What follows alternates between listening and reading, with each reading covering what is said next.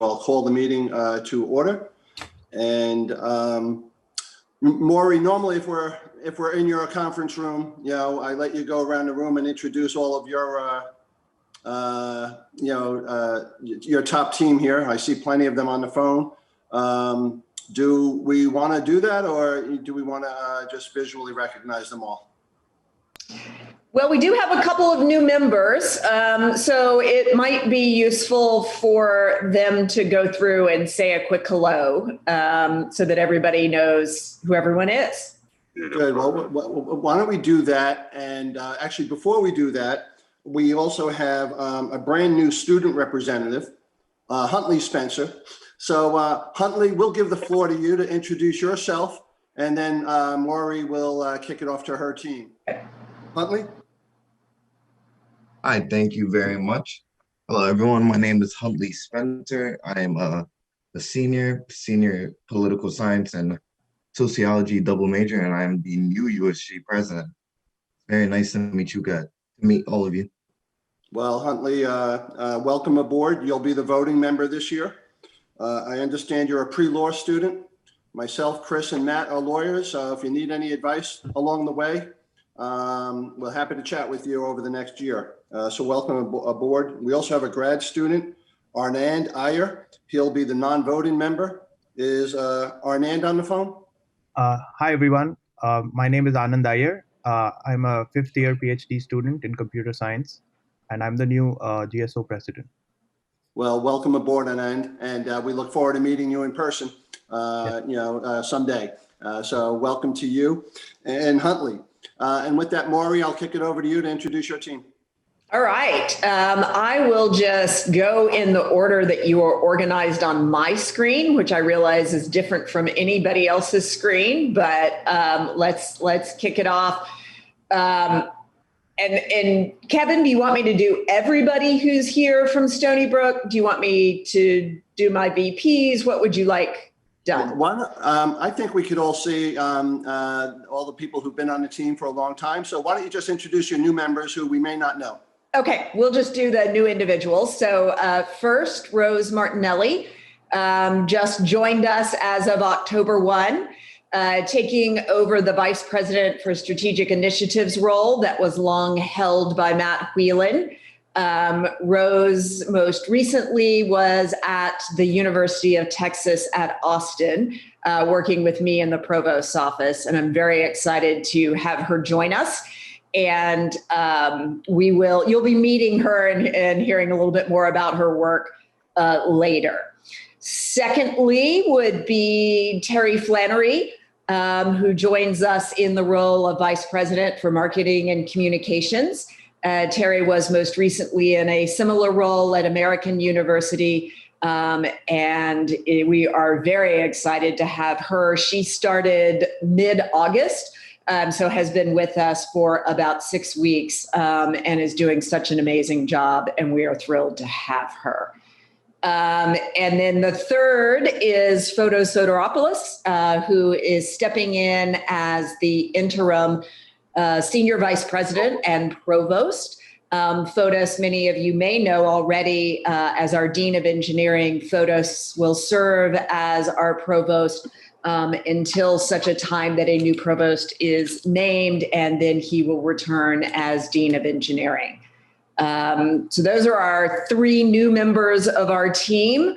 And anything else you want me to do before you get to the regular business?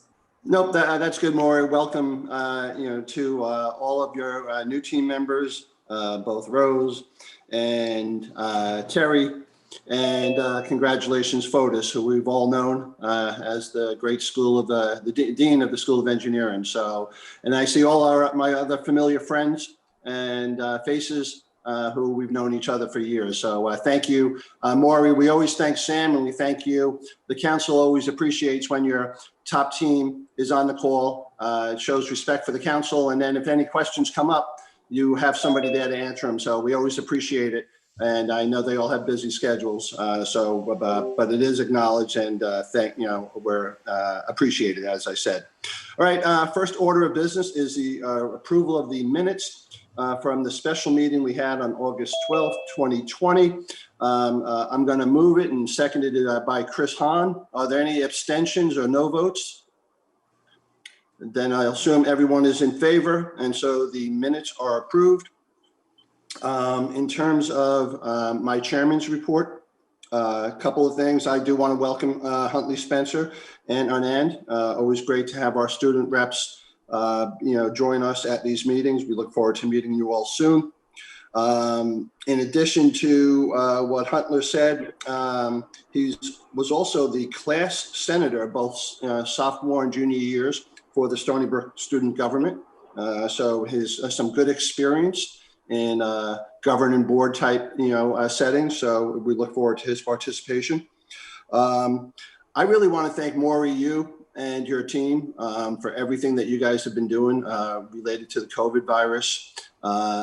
Special shout out to Judy Greiman and to Larry Zacharis and former provost, interim provost Michael Bernstein. I think over the summer, you guys did a terrific job. The fact you're keeping the campus open, you're keeping the faculty, the staff, and the students safe really is a remarkable job. So thank you for all your efforts. It's acknowledged by the council. And I know the days have been long in these trying times. And Maura, you especially, starting on July 1 and coming into, truly a baptism of fire here. Kudos to you and to all of your team members. So thank you for that. Just last week, and I'm sure Maury will touch on it, the new chancellor, Jim Malatras, and the chairwoman of the SUNY board, Merrill Tisch, came down. We had the opportunity to meet. I think it's going to be good news for Stony Brook. Jim Malatras, the new chancellor, and I have known each other for over 10 years. We've worked together on many things. And so I look forward to helping Maury and her team as we advocate for Stony Brook's best interests with the new chancellor. And we'll leave it to Maury to brief you on what else transpired at that meeting. And some of you on the council, this just seems like a broken record at times. We have 2 vacancies and several expired terms on the council. I think with Jim and with his ties into the second floor, I think we will make progress on filling some vacancies and reappointments to the council. And I've already chatted with Jim about that, and he said he's heard it from every SUNY he's been to so far. So I think with Jim, we'll actually get some movement on the reappointments and the filling of some vacancies on the council. I also, want to again congratulate Fotis. As I said, we've all worked with him as the Dean of School of Engineering. I think he'll do a great job as interim provost. He already has, and it's great to have somebody be able to hit the ground running. As Michael, I think his last day was just the other day. So Fotis, thank you for stepping up and welcome aboard. And we look forward to working with you as well, or supporting you in any way we can. Finally, I just thought I would talk a little bit about, because Stony Brook is so important to Long Island, and especially Suffolk County, just give you a little bit of a flavor of what's going on. As you know, the governor appointed me to the Long Island control room. There are 10 control rooms throughout the state.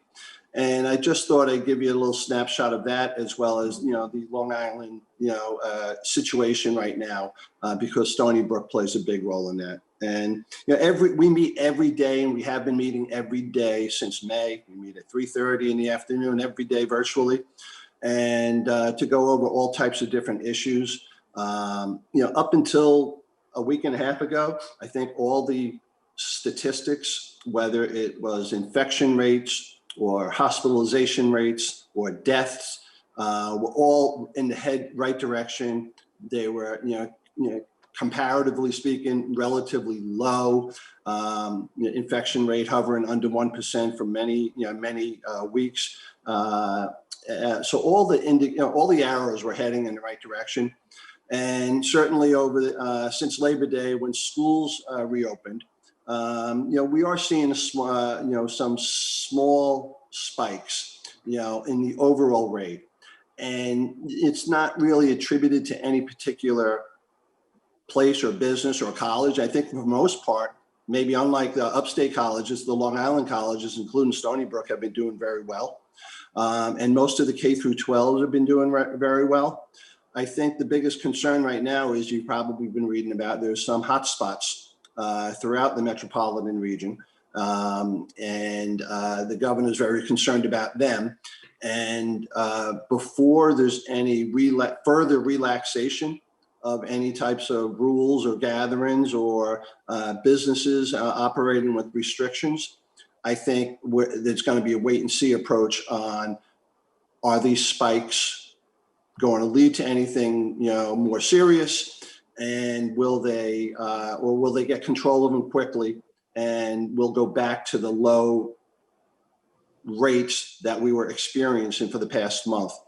And why that's important? Well, about 98.5% of all businesses in Nassau and Suffolk County are open, or they're open with some type of restrictions, or it really is. But if you're part of that 1.5% of businesses that are still not open, you are anxious for these figures to stay where they are. And the businesses that are primarily not open yet, they do impact our students, because they're movie theaters, they're comedy clubs, they're concert halls, and they're catering halls. So those types of events, those types of businesses, which employ thousands of Long Islanders, those people are still out of work. And every day we're being lobbied and advocated for to sort of loosen the valve to allow them to open. And I thought we were going to make it get close. As you know, in August, gyms reopened, and then bowling alleys with a limited capacity reopened. But with these spikes going on right now, I don't see any further relaxation of, as the governor calls it, the valve. And so we're going to need to see these spikes get under control, and before there's any further relaxation. But by and large, most of Long Island is opened in some, type of capacity. But really where the pain is, and there's a big misnomer, there's a really big difference between Wall Street and Main Street. You look at Wall Street, the numbers really just don't make sense. The numbers, the recovery on Wall Street was really rather remarkable. I think it was mostly induced by the Fed. So it's, to me, one big sugar high. But if you look at Wall Street, and if you look at the Long Island real estate market, you would think everything is peachy keen, but it's not. Because Wall Street is not reflective of Main Street, and most businesses on Long Island that are not public companies, and so you can't buy stock in them. And there are a lot of Long Island companies and a lot of small businesses that are still hurting. And so we can't forget that. Some of them provide services to Stony Brook. Some of them employ faculty, staff, or student family members. And so there is still a lot of pain out there. And so while most of the news is good, we're still not out of the woods yet. And with that, Maury, as I said, I just wanted to give a snapshot of what we're seeing. And now the council members are all very excited to hear from you as to what's happening on campus. And so I'll hand it over to you, Maury, unless there are any questions from any council members to me. And did any other council members join? Did Matt or Michael join us yet? Matt's here. All right. So Judy, let's have the record reflect that Matt joined us, and we're still waiting for Michael Smith. Maury, I hand it over to you. All right. Well, thank you, Kevin. And before I dive into my report, I want to thank Kevin and all council members for your support of Stony Brook over many years before I got here, but then also your support for me since I've arrived. Thank you. It's been great knowing that I have your support on so many different fronts.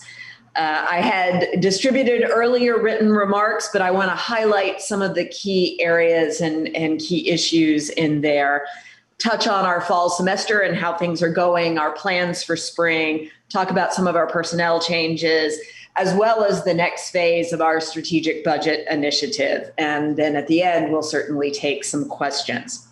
Let me start with leadership updates, and some of these were alluded to in my introductions. But first of all, Michael Bernstein stepped down as Provost and Senior Vice President for Academic Affairs on October 1.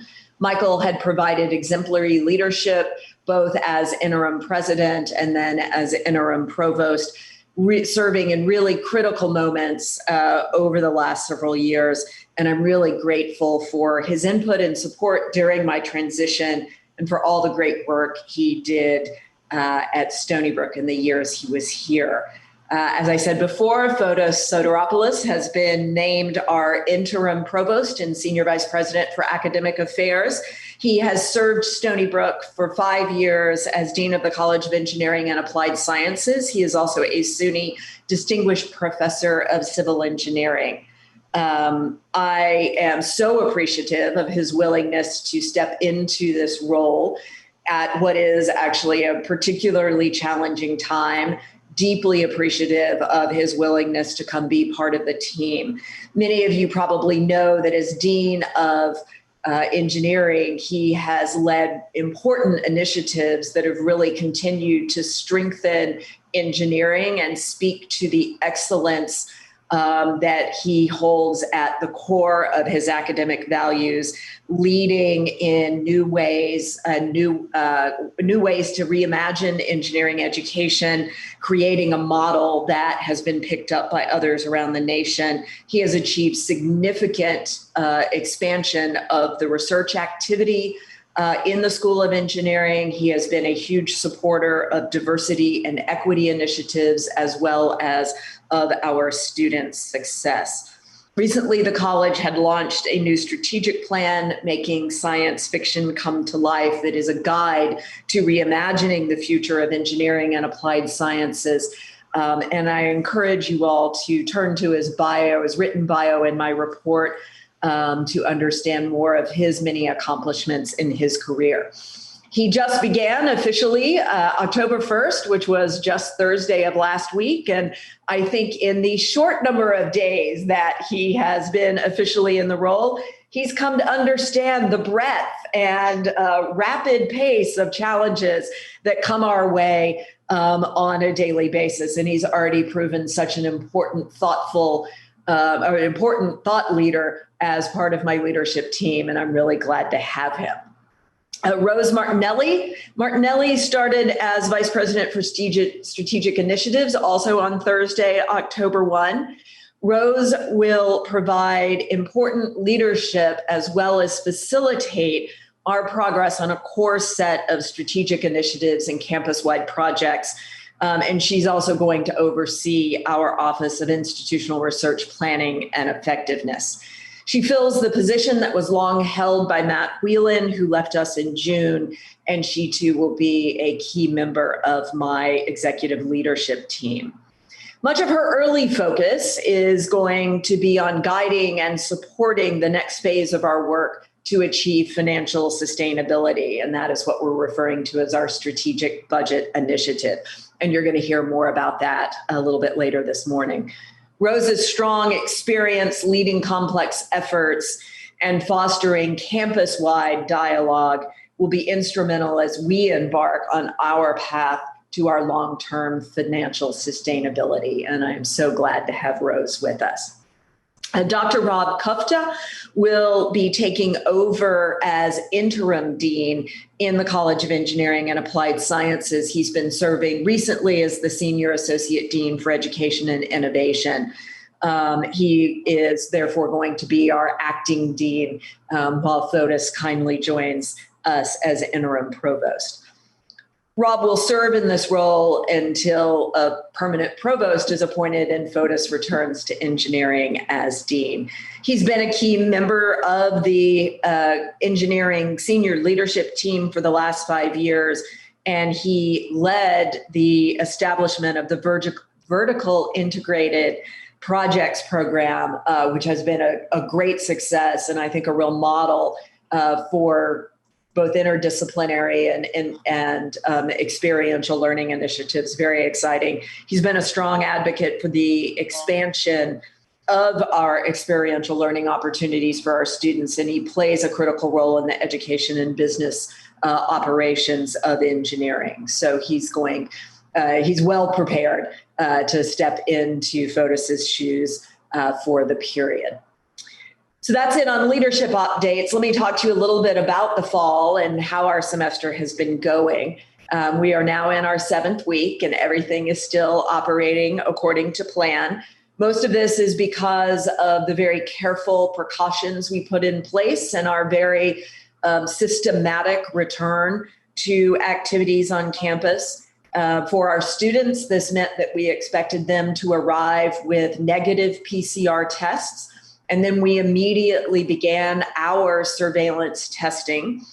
That means that we expected our students, they get an email, they are expected to show up. We were able to contract with an external vendor to create an on-campus testing site. So it's very easy for our students to comply. They can just show up, walk up, get their PCR test. And it's enabled us to understand what is going on in our community. And I can say very strongly that our students have been doing a really amazing job of understanding the role that they play in protecting the health of their community and enabling our semester to be able to continue to be at least a partially in-person semester. Special kudos to the student affairs team, who not only has been working with our students around the testing issues, but perhaps even more importantly, to engage our students in both online and safe, physically distant activities on campus so that they have ways to get to know one another, so that they have ways to perhaps be physically distant but not socially distant in this important time. And that is enormously important for our students' mental health. Our students, working with our student affairs team, have created a masking campaign contest. We have ambassadors who help provide positive, proactive approach to encouraging preventive behaviors, and it's been working remarkably well. I cannot tell you how proud I am of our students who really have shown and demonstrated their understanding of the role they play in protecting the community. In fact, in many ways, we've been a model for other universities throughout the nation. As you probably know, we have a Stony Brook dedicated dashboard site that is updated daily with information about the number of tests that we have performed, as well as the number of positives, as well as it keeps a track of rolling, and you can pick your time, 7-day average, 14-day average, 30-day average. It also includes the number of cases in Suffolk County. It includes the number of rooms that we have available for quarantine and isolation and the number of rooms that are occupied, and also gives information about the density of people on our campus by the number of classes at different hours that actually are in person as opposed to remote. Our dashboard received an A grade, a small number of nationwide university dashboards that got an A grade from a group of researchers at Yale and Harvard who were looking at dashboards around the nation. We also have a Campus Clear app that our employees and students monitor every day. They fill in their information every day. It is based on symptoms as another form of screening, as ways that we are helping to keep our campus community safe and enable us to return strong. Importantly, as Kevin mentioned, the Chancellor visited us on September 24th. It was a great visit.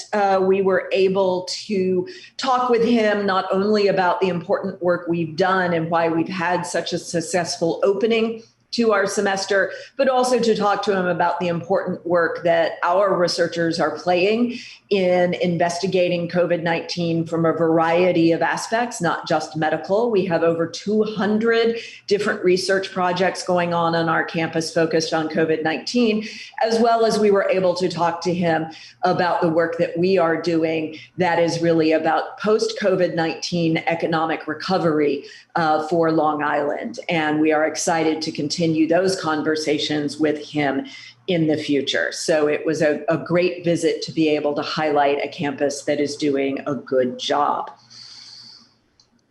Many of you are probably curious what the winter and spring semesters might look like. Typically, our winter session, which takes place in January, is usually mostly online, and that will be the same this year as well.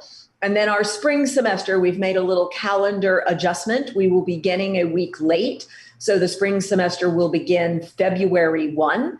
And we have eliminated spring break. That comes to us from the advice of our infectious disease experts, who believe that it's not a great idea for us to send everybody to far-flung destinations during the middle of the spring semester to then bring everybody back in a short period of time. As we know, the spread of the virus is greatly exacerbated when people travel to hotspots.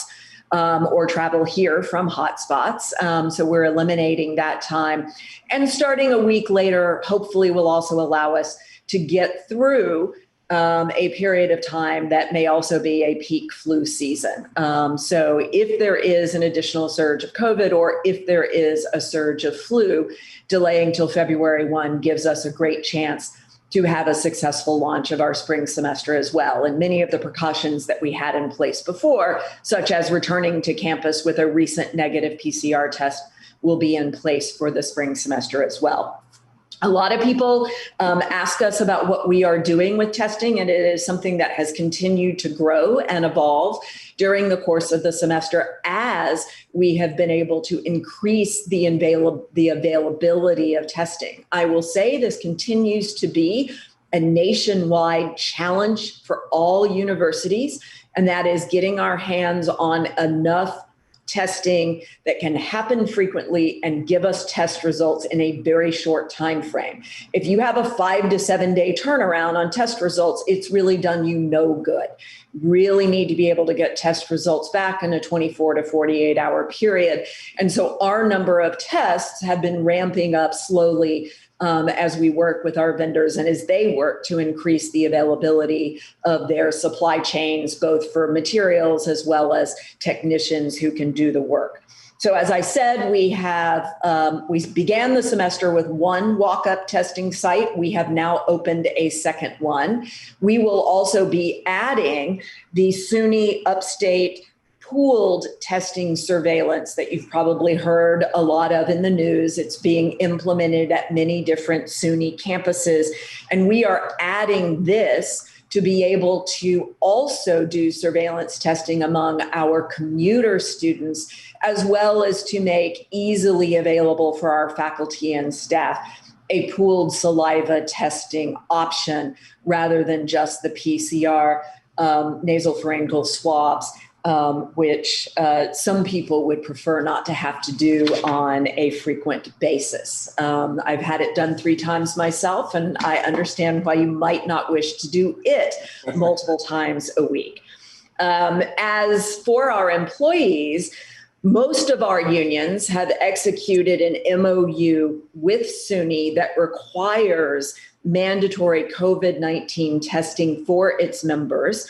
And so as a result, our employees who are represented by these unions who are on campus are expected to be tested. And as we said, for our commuter students, the pooled saliva testing will be one option available to them. But of course, we also still have the PCR testing that is taking place in the South P lot that they can access as well. We will be ramping this up ultimately to doing 1,500 of these pooled tests a week, we hope. All information related to COVID-19 testing is kept confidential and separate from personnel files. That's important for our faculty and staff to know. Kevin's asked me to comment a little bit more on what we're doing to ensure compliance for our students. I have to say on our campus, compliance has been very strong. Interim housing suspensions were issued early on in the semester to a small group and a small number of students who hosted parties that did not follow the guidelines. But since then, I think that message got out and we've really not seen much of that activity. We have focused our communications on and social media efforts around community responsibility, about a positive and proactive approach to this. And our students have really led the way in echoing this messaging and really leading the way. Our students want to be here. They want to be on campus. They want to be able to access the experiential learning opportunities that are in person this semester. They want to be around their fellow students. And so proud of their understanding of the role they play in enabling that to continue. Our Center for Prevention and Outreach has created and disseminated an online module via their peer advisors, and over 500 of our students have participated in this online training in just the past month. Students have also participated in ongoing contests in which they submit their artwork related to how they keep the community safe. Entries are advertised and winners are announced on social media. And so if you don't follow SBU Student Affairs on Instagram, you should, because this is where a lot of this artwork is displayed. And it's really great to see the creativity of our students. Student Affairs has planned many both virtual and in-person events, really creative things to do that can be outdoors, physically distant, but therefore not socially distant. Really important for our students that they still have ways to get to know each other, to build community. We know how important that is for student both well-being as well as student academic success. And our Student Affairs team has been doing a great job. And of course, our testing strategies have really helped us be able to find what has been, luckily, a very small number of cases, but get those students into isolation, those with close contact into quarantine, and it has prevented a small number of cases from becoming a large number of cases. That is why testing is so important.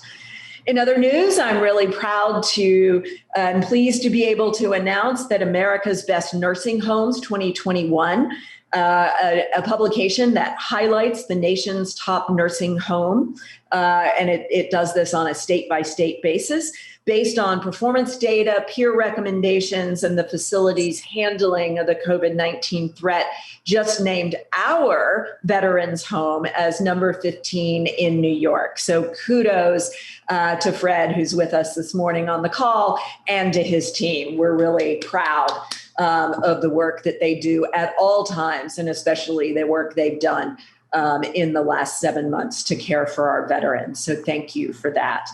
And finally, I want to provide a little bit of background on our next agenda item, and that is our strategic budget initiative. At our last meeting, I highlighted the systemic issues that have been exacerbated by COVID and the stressed New York state budget, which I'm sure you're all very familiar with, and the process that I was going to be using to bring our campus community together for them to be able to understand our current budget situation. Nearly 1,700 faculty and staff joined us on a series of 7 Zoom calls where we went over this material in greater detail and took questions from our audience. We also have many hundreds more who've watched one of those recordings on our website, who have submitted both suggestions and questions on our Achieving Financial Sustainability website. It was a way to really begin this conversation in our campus community.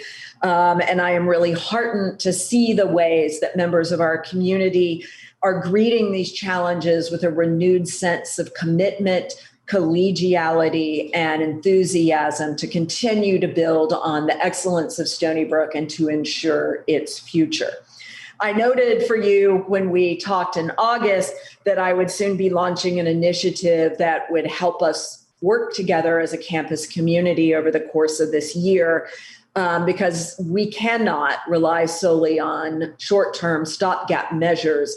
What we need to do to ensure Stony Brook's future excellence is to focus on long-term solutions.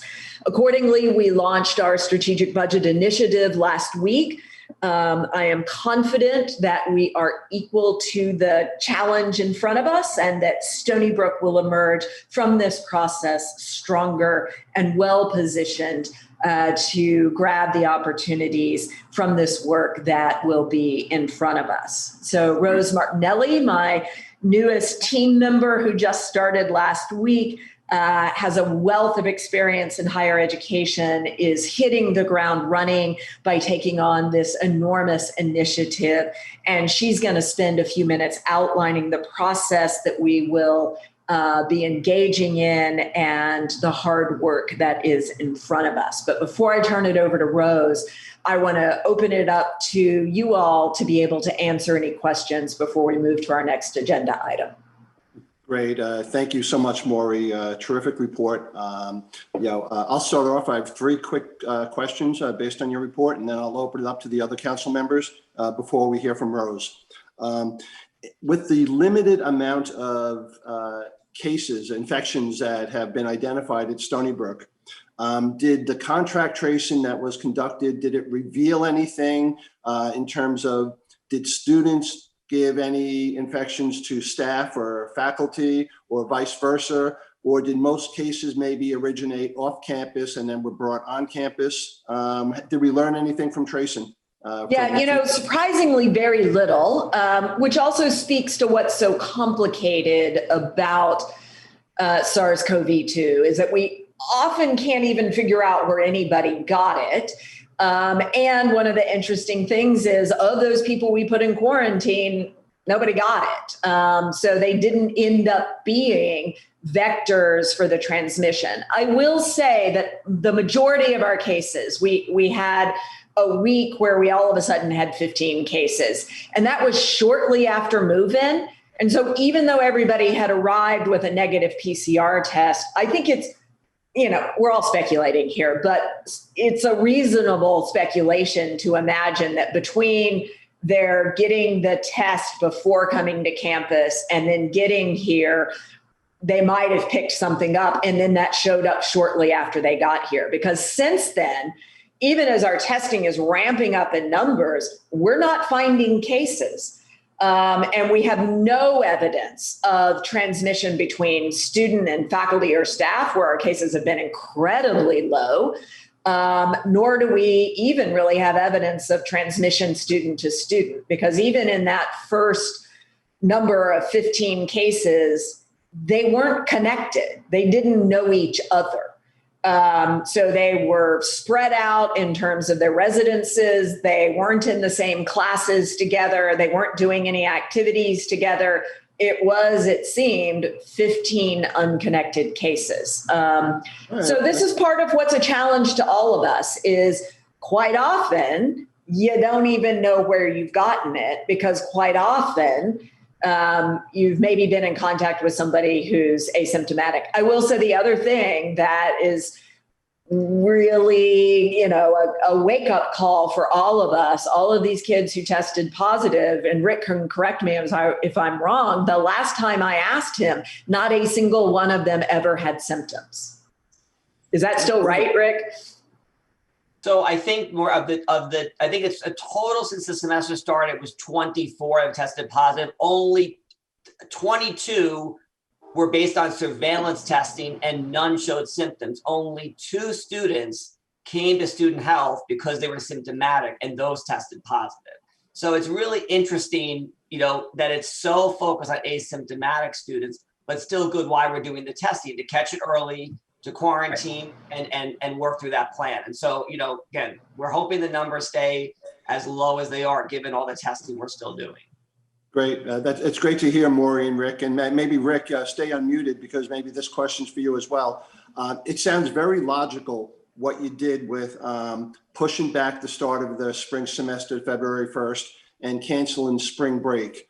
I was just wondering, are most colleges doing something like that? And I would suspect the students get it and understand it, and how has their reaction been to that? Sure. No, good question. So Kevin, on a SUNY call last week, most campuses are doing the same. Some may do a scattered day here and there. Part of what we're looking to do, because it is a long stretch of time in terms of when February 1 begins and then through the end of the semester. So our plan is to, and this is what we've been discussed among other colleagues. How do we kind of do a rejuvenation day, a rejuvenation week to keep people from managing, in terms of stress. I'm hoping too that on the academic side, we can also maybe have 1 week that maybe, no tests on a certain week, just so that there's a little bit of a lower kind of pace for that particular time to manage students' mental health. Because that's, I think, the one area of concern, to make sure that students can manage it. Because some of it's spring-based, more of a mental, I think, break for students to know that. But as Maury mentioned, we just don't want students to leave the campus. I think that would create concerns. And the other point I wanted to raise related to this is we are still obligated to do the precautionary quarantine. So if any students go to a state that's restricted or overseas, really for any period of time, there's an obligation on our part to quarantine those students. And so to create that where people could leave and then have to come back and their residents, it would be honestly a real difficulty to manage, and students would be missing in-person classes. So I think it's better to keep people close on the campus as much as possible. And then we'll just work through activities to make sure that, mental health stays as a top priority. It all makes sense and sounds logical, Rick. Thank you. And Maury, my last question for you. Can you just update us on athletics? Are any athletics allowed to happen this fall, and what athletics will be happening in the spring semester? Yeah, thanks for asking that. So as you probably know, we are a member of 2 leagues. For football, we play with the CAA, and then everything else is America East. We have voted recently in the America East to allow basketball to move forward, but it will be in a very different form. The date that you are allowed to begin playing is a date post Thanksgiving. So it's late November. I don't remember it exactly off the top of my head. We have not finalized any of our schedules. There's still a lot about this that remains uncertain because many of the teams in our league are in states like ours that have, for good reason, a variety of travel restrictions in place. And so it's not clear who's going to be able to play whom based on what travel restrictions are in place as you get closer to the time. So we've reduced the minimum number of games that you would normally play in a given season. And we're going to inch our way into this as we continue to see how testing evolves, how cases evolve, and so forth. As we get more into the winter months, we all are going to be watching about whether or not we see a rise in the number of cases. And so while we've agreed to move forward with basketball, I will say that there's much about it that remains very fluid. The NCAA has passed an expectation that all athletes have to be tested 3 times a week, all athletes who will be involved in any sort of team play. Those sports that were put on hold from a competition standpoint for the fall, most of those are moving forward with planning for the spring.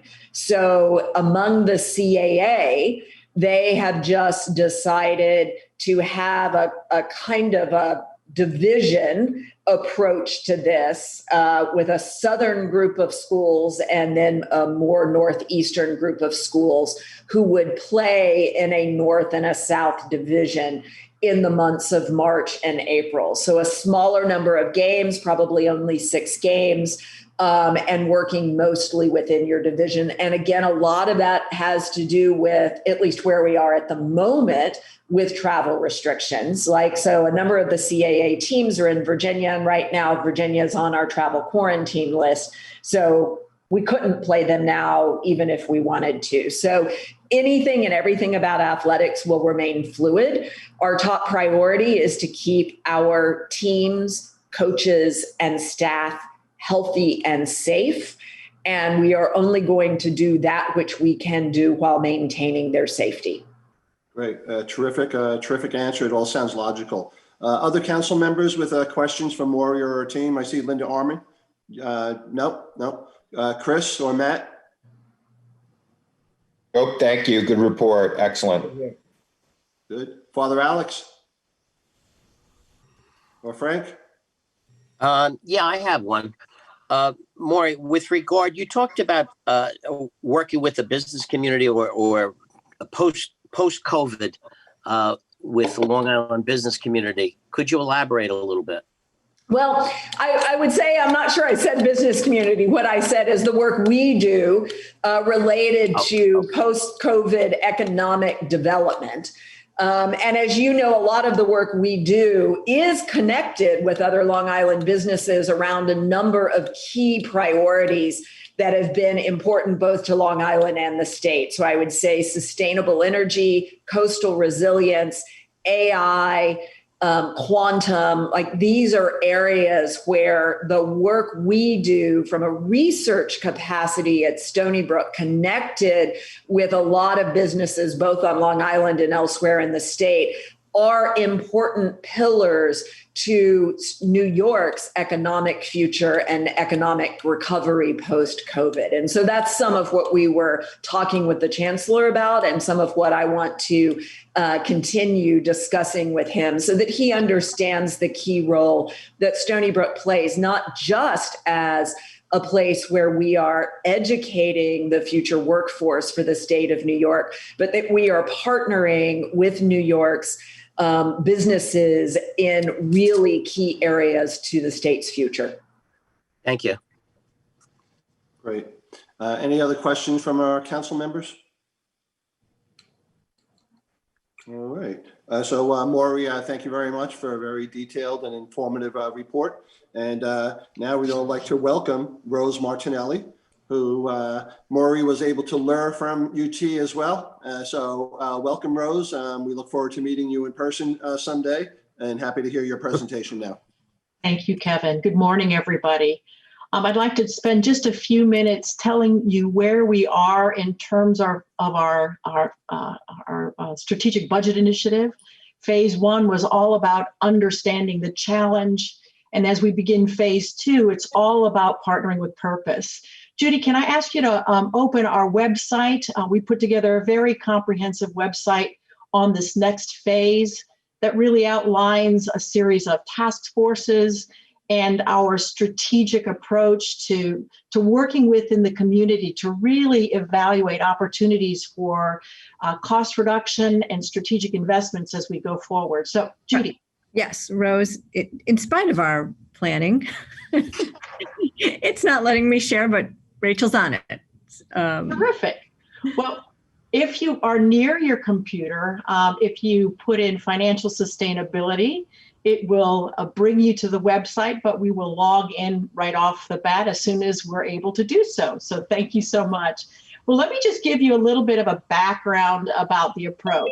So our COVID approach to navigating the challenges over the last 6 months really was about empowering a variety of working groups underneath executive leadership to begin to look at all the issues that were facing the university as the COVID crisis became part of our day-to-day world. And that was such an effective method for moving forward. We decided to adopt the same principle.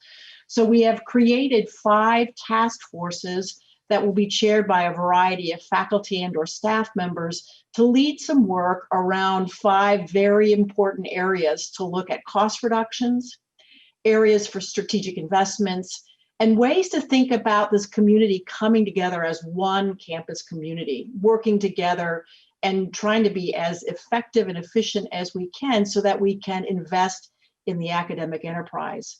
The 5 task forces include the Academic Portfolio Task Force, the Operations Alignment Task Force, Stony Brook Medicine Task Force, Optimizing Campus Cultural, Athletic, and Facility Resources Task Force, that's a mouthful, and then Research and Innovation Task Force.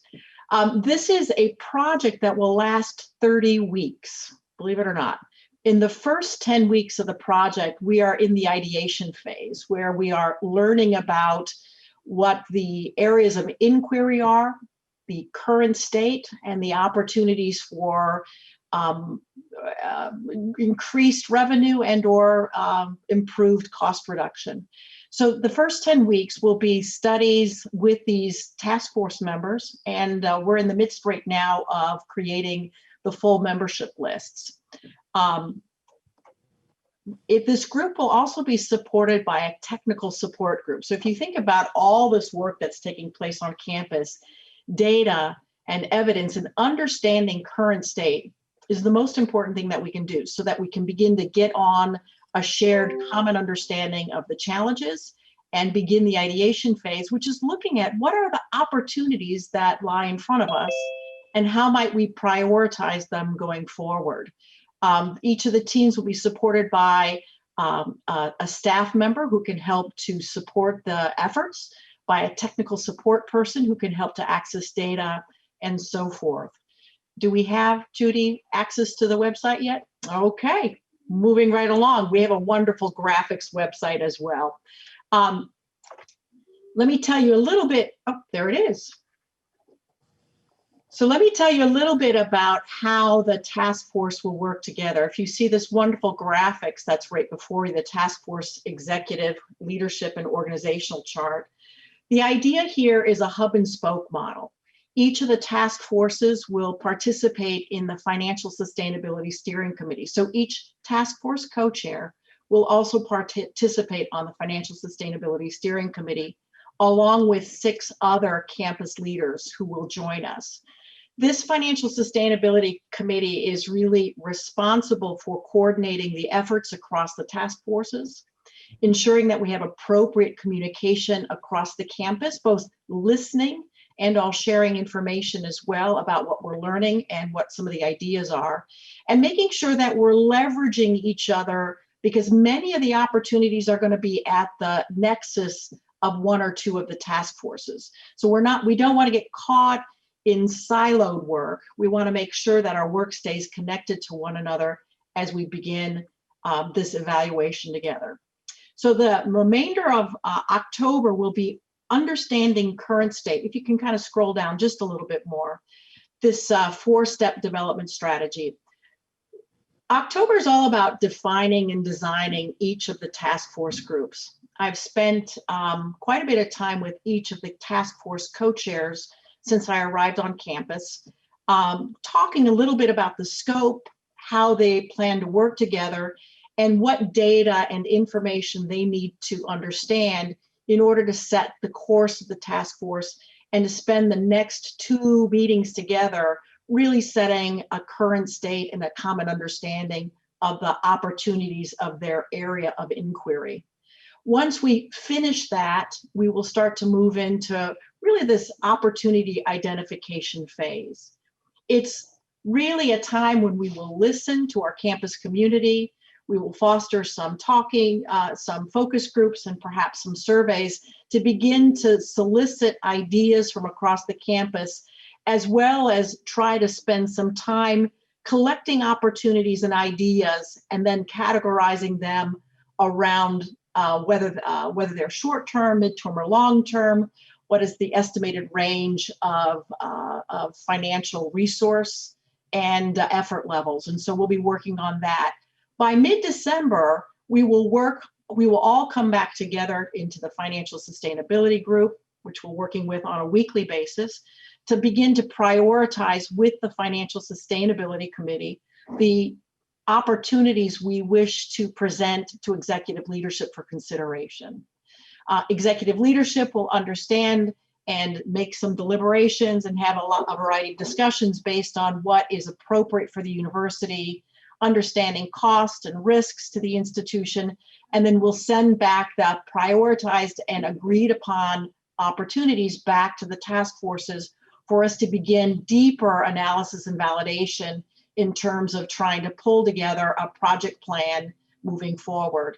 And by the end of April, we hope to turn these opportunities into implementation plans. A couple of things that's really important to understand.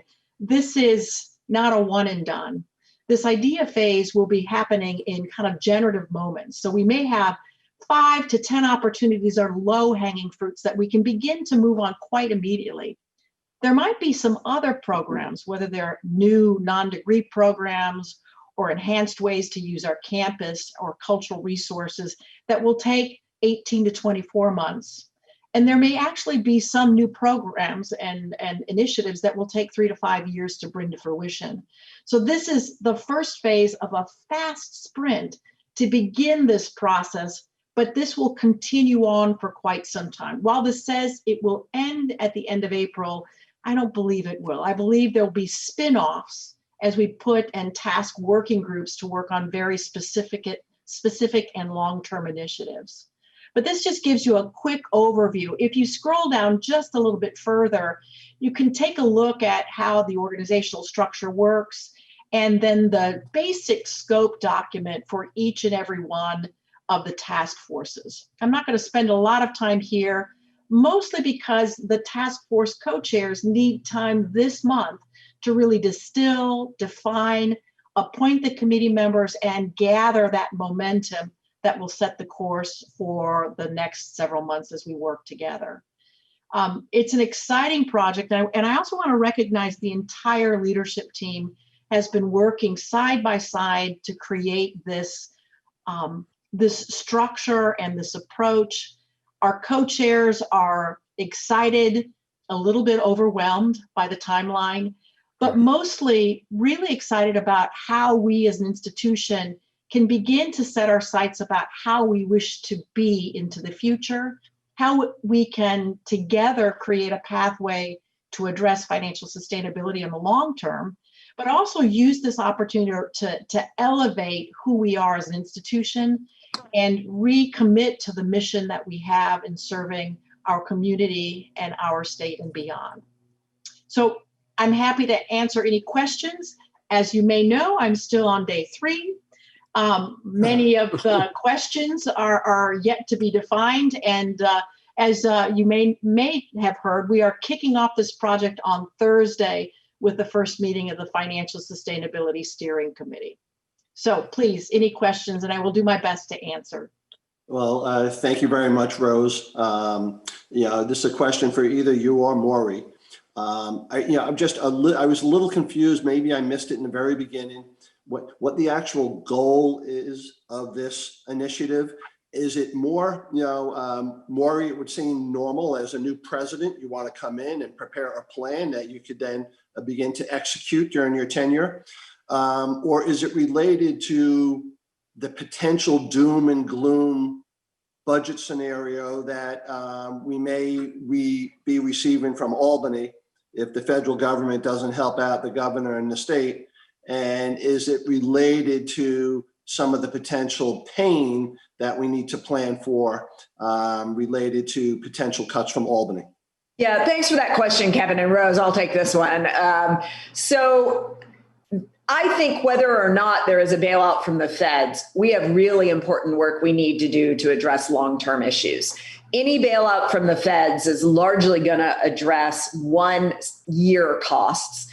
And I think we can all imagine that New York State is probably looking at difficult budgetary times for the years to come. So I think it is inevitable that in addition to the reduced financial availability of the state to support us this year, we probably have years of that in the future. So what we are working on is what I would refer to as something of a 3-legged stool in our response to the future work we need to do. And I should actually add that Stony Brook's budget was stressed before COVID hit. we have had a long-term challenge of costs that rise every year greatly in excess of the amount of new revenue coming in. As a state institution, our biggest revenue chunks are always going to be what we earn from students in tuition, what the state gives us, and then other ways that we can enhance our own revenue. So the three legs of the stool are to work with the chancellor, the system, the governor, and ultimately the legislature to have a discussion about whether or not every SUNY school should actually be charging exactly the same amount in tuition and fees. The cost basis for providing an education at Stony Brook is just fundamentally different from the cost basis of providing an education at some of the other SUNY schools. So whether that comes through state support or whether that comes through different structures for tuition and fees is a conversation we need to have. That's one leg of the stool. I would say another leg of the stool is Stony Brook needs to be very focused on what can we do to increase revenue. A good example is we have a lot of New Yorkers out of work. We have a lot of Americans out of work. There are many people who need access to different training in order to prepare them for the economy of the future. And that is work that we are well equipped to do in terms of our expertise, but right now are not, let's just say, focused on in terms of delivering, say, professional education to a larger group of people. Not necessarily degree granting. Sometimes it is certificate, or sometimes it's even just a single course or a single series of courses that prepare you for the changing world of work.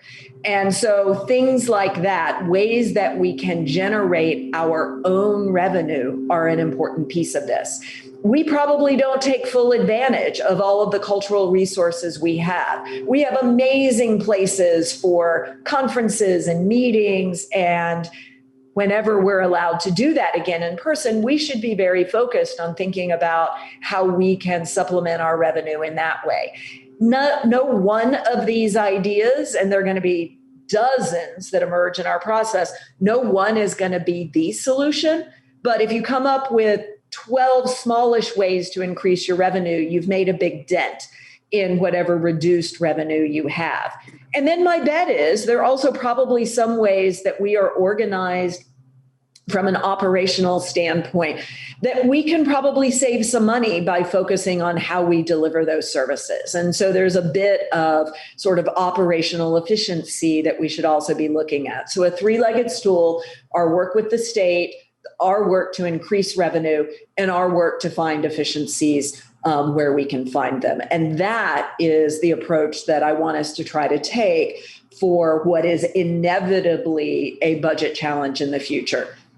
I should go back to my beginning comments. We would absolutely love to get support for higher education in a federal relief package. It would make a huge difference to us because our hole this year is huge, in large part because of the costs incurred related to COVID, the smaller number of students who are living on our campus, the money that we are spending to test our students aggressively, to prepare our campus to be safe. Federal money would make a huge difference.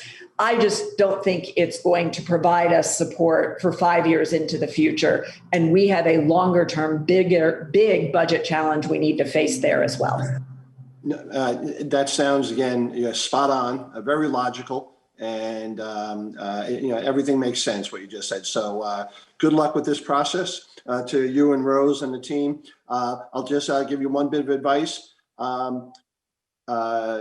Your predecessor made a mistake very early on in his tenure by eliminating a program, and it did not get approval from the council. So there are certain, if the task forces come up with some recommendations to perhaps eliminate or create a new program, some of those may require council approval. So keep us in the loop as you make some progress to the extent we need to chime in on anything. Absolutely. And we will be regularly communicating with you about our progress, where things are going. We see this as something very much that we will be doing in partnership with you. Very good. You know, none of us are interested in being micromanagers. Just being kept in the loop is cool. And if we have something to say, we'll share it. So thank you, Maury, and thank you, Rose. Do any other council members have any questions for Rose or Maury? No. Hearing none. We got 2 more items on the agenda. Next up, there's an alcohol pilot program review. You recall we've discussed this at prior meetings. And I think the last time we discussed it in May. And Dan Sullivan is here to give us an update on this program. Dan? You need to unmute yourself. There you go. Hi, everybody. I apologize. Of course, there's a leaf blower going on outside my window, so I don't know if that's going to interfere or not, but I'm proud to say that it's going to look much better, I'm sure, when I head outside. Thank you very much, Kevin, for having me here to speak about this. So I'm the executive director of the Faculty Student Association, and that's the auxiliary corporation that serves Stony Brook University. And we would be the folks charged with, among other things, concessions as part of our dining program. So that's sort of where the execution of the alcohol pilot sat. So one of the specific requirements of the pilot was an assessment at the end of the fall and spring seasons. And we formed a committee made up of various campus constituencies to review service at the end of the fall and review service at the end of the winter semester. And we submitted 2 reports to that point. There were 3 sort of areas that were looked at to sort of define the progress of the pilot. The first, of course, the biggest, the most important, which was operating policy requirements with specific focus on the student experience and impact. The second was the impact on the fan game day experience. And the third was the financial impact. At the end of the football season, we actually, let me just jump back. We were actually very fortunate also that our campus dining partner, Culinary Group, they're a local company, they're based in Plainview, has expertise with alcohol service and with concessions. So we were very sort of fortunate to have a partner in place that was able to bring operational expertise to the table. At the end of the fall semester, in reviewing football with those sort of 3 areas, all operating and policy requirements were met. There were no incidents reported. There were members of UPD, of Student Services, and of Health Services on the committee. There was no impact reported to students, and there was no incidents or anything reported at the game. Service was executed safely, and we feel that those requirements were met. As far as fan feedback, at the end of football, there was positive feedback, and it did appear to improve the game day experience. And from a financial perspective, I would say it's cautiously optimistic. There was an increase. The metric folks use in concessions is per cap. Per cap is it's probably the simplest, but really effective. You divide the sales into the number of people, and you sort of figure out what the average person spent. And there was an increase, a pretty significant increase in per cap of 73 cents. Half of that was driven by beer sales, and half of it was driven by an increase in food sales. Just to put in perspective, the average game served about 420 drinks. And the JMU homecoming game was about 800. And that's on, about 5,300 people in average attendance. So our conclusions at the end of the football semester were cautiously optimistic. We wanted to take a look at basketball, but we did recommend continuing the pilot at that point, especially because the operational success was met and there were no reported incidents. Basketball is a bit of a different story. We had to implement some slightly different service requirements. A main one, there is no service in the proximity or within the student seating section, and the wristbands are used for that, as well as additional security. The layout of the Island Federal Arena is a little different. We were able to also affect that. The same result, no operating or policy issues, no incidents, no reported impact on students or student health.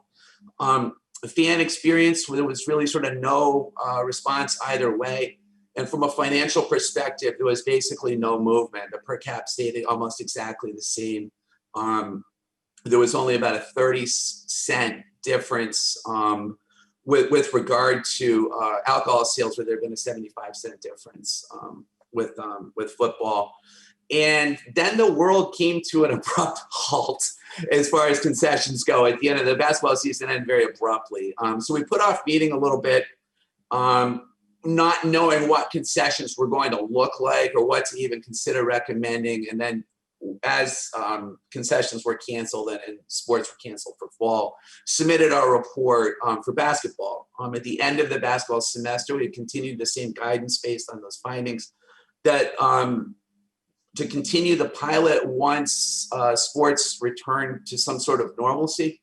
I do keep a very watchful eye on what's happening with concessions now, and contactless concessions are big for folks that are having fans at stadiums, which I don't foresee in the near future for us.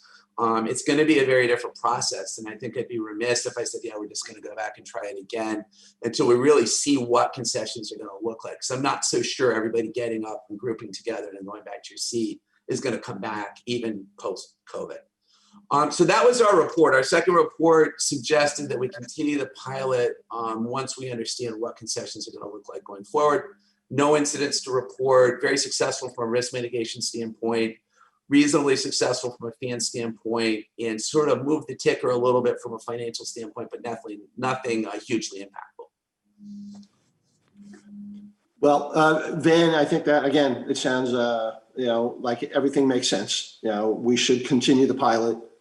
Still more to learn. The only question I have is, for the limited time we were allowing alcohol on the sporting events, did public safety have any issues? Did any kids, students, or, were there any issues with either unruly fans or students?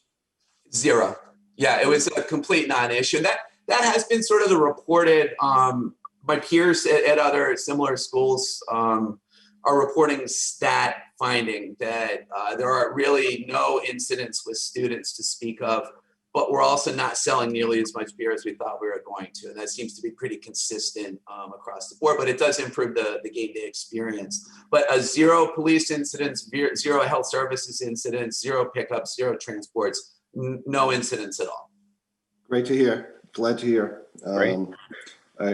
I remember my days at Stony Brook and going to parties at the James Pub in the James dormitory. Back then, the drinking age was 18. And so I don't even remember any issues then. So I'm glad to hear no issues so far, but it makes sense to continue to study to get maybe a full season under our belt once, again, things resume a little bit back to normal. Any other council members have any questions for Van? Nope. No, Great. makes all sense. Great. Hey, our last item on the agenda is related to the upcoming elections. And I thought it was important for the council to hear the plans that Stony Brook has taken, just given the, the world is upside down this year, not just medically and with the disease, but certainly with social unrest and the political divide in the country. And campuses aren't immune from some of these issues. And I thought it was important that we get a briefing from Judy Brown-Clark and Rich Guiteau on plans and steps we're taking to make sure that we keep the campus a safe place, despite some of the craziness that's happening out there. Who's taking over? Who's going to start, Judy or Rich? I will, Kevin. And yeah, thank you so much. So Judy, we're going to tag team for a few minutes. But again, Judy Brown-Clark's our Vice President for Equity Inclusion and Chief Diversity Officer. And I work in student affairs, and we, partner together on this important issue. So what I'd like to do is just give a little bit of a background related to how we've engaged our students, because we're now 29 days out from Election Day. And through the work in student affairs and other areas for many years, actually, it's been going on for about 4 years, we've been very engaged with students, particularly around voter registration. So even back in the 2016 election, Stony Brook's really been, I would say, a national leader in terms of engaging students, and particularly around voter registration efforts. So in case for folks on the call who aren't familiar, one of the things that we've done, again, starting back in 2016, was for all new students who would come to orientation in the summer, we actually had our team of students and staff out there having students register to vote on site as part of orientation. So that was our first introduction. Students, upon arrival, often their first time at Stony Brook, realized how important this was to civic engagement was an important part of their experience. So that's kind of put us on the map. And then about 2 years ago, we actually created the Center for Civic Justice at Stony Brook. And that team, led by actually one of our alums, Stephen Adelson, does incredible work. He's the coordinator of that office, and has instituted so many amazing things. And so with COVID happening, it required a complete change in how they did the voter registration efforts, because now this past summer, all of our students participated in orientation remotely. And so he and his team, we have about 50 undergraduate interns who work as part of that center. And so they are the champions of voter registration, and collectively connected with over 3,000 students this summer as part of voter registration. And so just to give you, kind of updates on numbers, they supported a record registration of 3,432 students through orientation, and actually nearly have just about 100% of our EOP students and 100% of our student athletes are registered to vote. So just some really impressive accomplishments with these groups. And so that work has continued, a lot of phone calls, Zoom sessions, meeting with students, and particularly what Stephen's team has been doing is also making sure that students are registered to vote in the district in which that they live. And so for those that are on campus and to be able to then vote, in the Stony Brook area, that's something that's been very important for them to be able to work through, particularly for our resident students. The deadline to register in New York is October 9th. So that's why this week is a big push. They're very active on social media in terms of the work that they're doing. And again, we just couldn't be prouder of all the work that they're doing. One thing I did want to mention too, that the team has been very involved with is they started several years ago what we call community dialogues. And those are opportunities to engage students in issues of the day affecting our world. And several others have happened usually every month or so, and those have typically been in person. Now we've switched virtually. And so last month, their community dialogue was focused on the right to vote. And those community dialogues are incredible opportunities for students to engage in small groups. They do it on Zoom in a breakout room, and then their facilitators working through really issues around the right to vote. And what Civic Justice has done, I think, in an incredible way is they encourage students not only to register to vote, but also to learn about the important issues so that they're informed students in terms of then choosing who they wish to vote for in an election. So they've been very involved in that activity as well. Other things I wanted to mention before I pass it to Judy, talk a bit about our community pledge. We will continue to have voting occur at Stony Brook. So we are a polling site. So on November 3rd, in the Horrors Recreation and Wellness Center, that will be our location where voting will occur. So we're really excited to be able to do that as well. We are engaged obviously with Judy Griman's team and government relations in that happening at Stony Brook. And again, we are also planning a community dialogue the day after the election, because one of the things that I think is really important for us to communicate with our students is that on November 3rd, it's most likely we will not know who the president will be. And I think that will create some increased anxiety and uncertainty for our students. And so the community dialogue being scheduled on November 4th will be our first of many opportunities we will plan for to work through these issues of concern, depending on what happens on election night. Let me just pass it to Judy Brown-Clark to talk a bit about our community pledge and ways that we've been really focused on civility dialogue with our students around some of these very challenging political issues that we're facing. Great, thank you, Rick. So Rick's talking kind of Google Street. Now I'm going to talk a little Google Earth. And when we talk about the civility, we've got a challenge that I've kind of called hybrid civility and collegiality. And that is because we've got individuals that are here working remotely and back and forth and so on. We're going into a 2-month remote status. And so when we think about the voting and we think about literally about 2 weeks after we have the vote, everyone goes remote. So there's not a lot of connectivity and not a lot of opportunity to really touch base, be in each other's space and so on, and really kind of navigate how people are really unpacking what we anticipate happening around the election. I think some of the things we need to be very aware of is as people are being registered to vote, and we have students very connected to their personal values and their expectations of how those are represented. Once they get past voting in November, they're going to vote on us because they're very connected to what their expectations are, how they think in their minds it should play out. And this is not just students, it's faculty, staff, and our entire campus community, as well as our stakeholders, our partners, and so on. And so we need to really think about, as we were talking about, and Rose was really saying around, who are we as an institution? As we are really defining what our core values are and who we are and what we do, it's very important that we communicate that and strongly articulate what that is, because some things are going to be aligned and something may be misaligned with expectations, and that's something we're going to have to navigate. I just want to say diversity, equity, and inclusion for high performance. That is what we're looking at. This is climate, culture, collaboration, and consequence, positive or negative.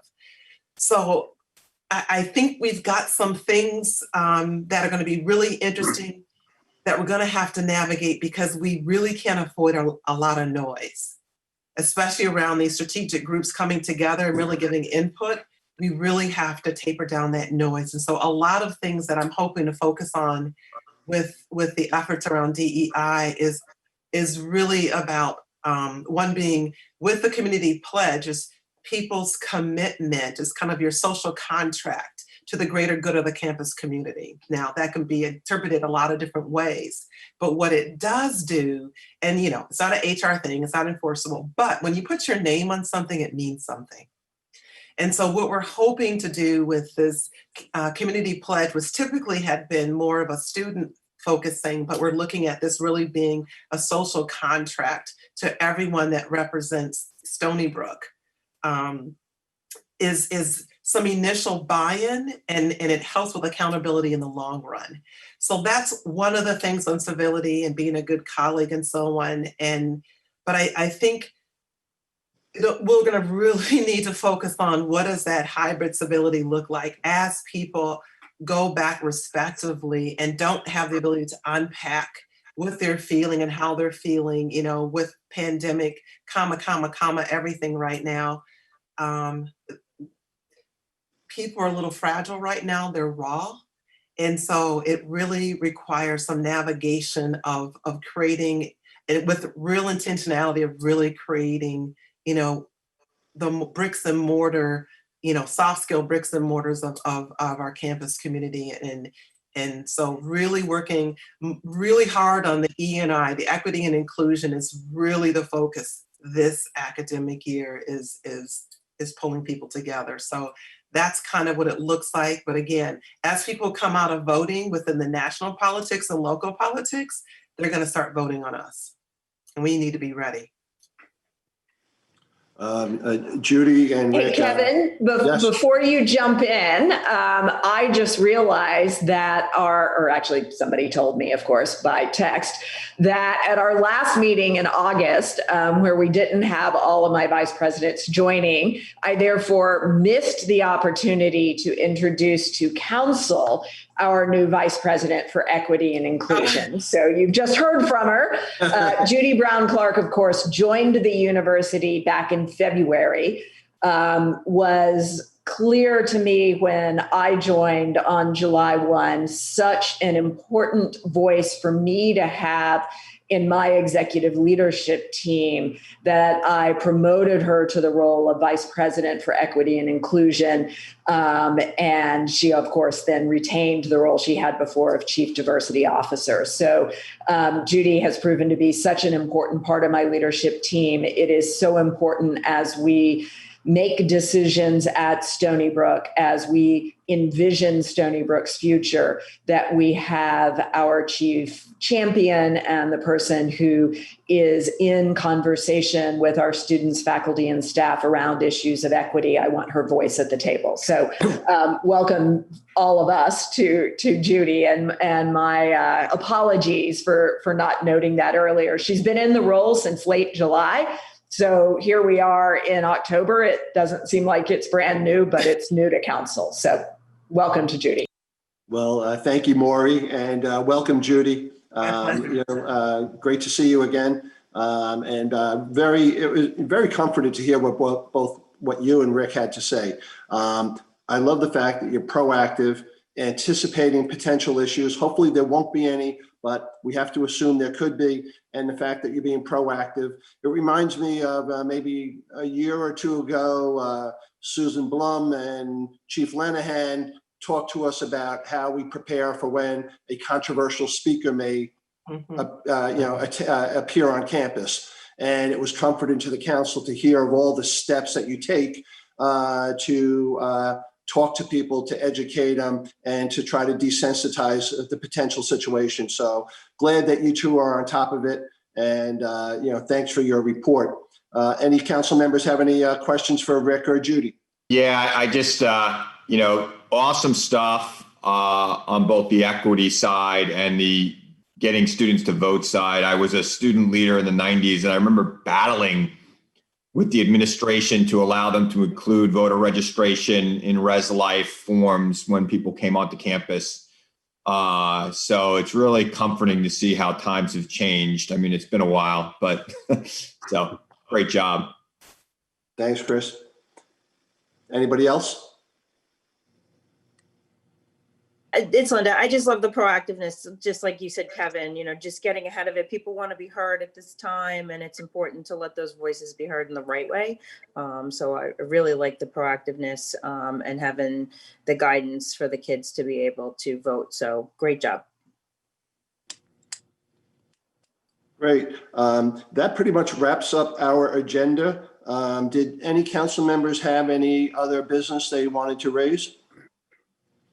Maury, did you have anything else you wanted to raise? Nope, Kevin, I think we went through everything. Thank you. Good. Well, I just want to end on a positive note. Not that anything really here was negative. I really feel like the whole meeting was positive, and it was very well received. I think I could speak on behalf of the council that everything we heard today was terrific.